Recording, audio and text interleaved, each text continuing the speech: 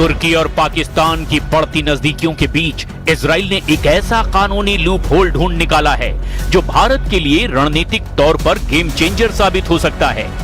Israeli खुफिया विश्लेषकों का मानना है कि अगर तुर्की के सैनिक अपनी सीमाओं से बाहर जैसे सीरिया या पाकिस्तान में मौजूद हैं और वहां से हमला करते हैं तो उन पर जवाबी हमला करना नेटो के आर्टिकल 5 का उल्लंघन नहीं होगा। यानी अगर कल को भारत और पाकिस्तान के बीच युद्ध होता है और तुर्की अपने सैनिक या सैन्य ठिकाने पाकिस्तान में तैनात करता है तो भारत बिना नेटो के डर के उन्हें निशाना बना सकता है। कहने का मतलब साफ है कि जिस मक्का रक्षा समझौते पर 7 अगस्त 2026 को पाकिस्तान, सऊदी अरब और तुर्की ने हस्ताक्षर किए, उस मक्का समझौते के तहत अगर पाकिस्तान ने तुर्की के साथ साजिश करके भारत पर हमला करने या फिर भारत को घेरने की कोशिश की तो यकीन मानिए भारत न सिर्फ पाकिस्तान को रौंद डालेगा बल्कि जरूरत पड़ने पर पाकिस्तान में मौजूद तुर्की की सेना पर भी हमला कर सकता है। और अगर भारत मजबूरी में या आत्म सुरक्षा में ऐसा करता है तो ये मक्का समझौते के उस नियम का उल्लंघन नहीं होगा जिसके तहत किसी एक देश पर हमला होने पर तीनों देशों पर हमला माना जाएगा। सबसे पहले ये जान लीजिए कि पाकिस्तान, तुर्की और सऊदी अरब ने जिस मुस्लिम नेटो को बनाया है उससे सबसे बड़ा खतरा कितने देशों को है और क्यों है। 7 अगस्त 2026 को सऊदी अरब ने पवित्र शहर मक्का में आयोजित शिखर सम्मेलन के दौरान मक्का संयुक्त रक्षा समझौते पर हस्ताक्षर किए। इस ऐतिहासिक समझौते पर सऊदी क्राउन प्रिंस मोहम्मद बिन सलमान, तुर्की के राष्ट्रपति रेसिप तैयब एर्दोगन और पाकिस्तान के प्रधानमंत्री शहबाज शरीफ ने हस्ताक्षर किए। ये त्रिपक्षीय संधि सितंबर 2025 में हुए सऊदी पाकिस्तान रक्षा समझौते का विस्तार है। इसमें अब तुर्की को भी शामिल कर लिया गया है। पश्चिम एशिया में अमेरिका के कमजोर होते सुरक्षा छत्र के बीच इसे एक नए क्षेत्रीय सुरक्षा ढांचे के रूप में देखा जा रहा है।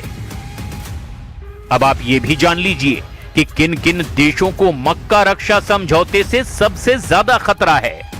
इजराइल की क्षेत्रीय आक्रामकता और हेक्सागन गठबंधन जिसमें कि इजराइल, ग्रीस, साइप्रस और भारत जैसे देश आते हैं, उसे मक्का समझौते से खतरा बताया गया। शिया बहुल ईरान के चारों ओर 3 प्रमुख सुन्नी बहुल देशों का सैन्य गठजोड़ तेहरान में सुरक्षा चिंताओं को बढ़ाता जा रहा है। पूर्वी भूमध्य सागर में तुर्की के बढ़ते प्रभाव से ग्रीस की समुद्री सीमा सुरक्षा के लिए सीधे चुनौती पैदा हो रही है। समझौते का स्वरूप और मुख्य प्रावधान इन तीनों देशों के लिए सीधे चुनौती है। ये समझौता नेटो के अनुच्छेद 5 के राजनीतिक सिद्धांत से प्रेरित है। इसके तहत किसी भी एक सदस्य देश पर हुए सशस्त्र सैन्य हमले को तीनों देशों पर हमला माना जाएगा। संधि के क्रियान्वयन के लिए विदेश मंत्रियों की एक स्थायी समिति, राजनीतिक व सैन्य समन्वय समितियां और एक स्थायी सामान्य सचिवालय स्थापित करने का निर्णय लिया गया है। इस समझौते का मुख्य आधार रक्षा तकनीक का आदान प्रदान, हथियारों का सह उत्पादन जैसे तुर्की के बैराक्टर ड्रोन और कान फाइटर जेट प्रोजेक्ट और खुफिया जानकारियां साझा करना है। ये गठबंधन एक बंद समूह नहीं, तुर्की और पाकिस्तान के मुताबिक मिस्र और बांग्लादेश जैसे अन्य देश भी निकट भविष्य में इस सुरक्षा व्यवस्था में शामिल हो सकते हैं।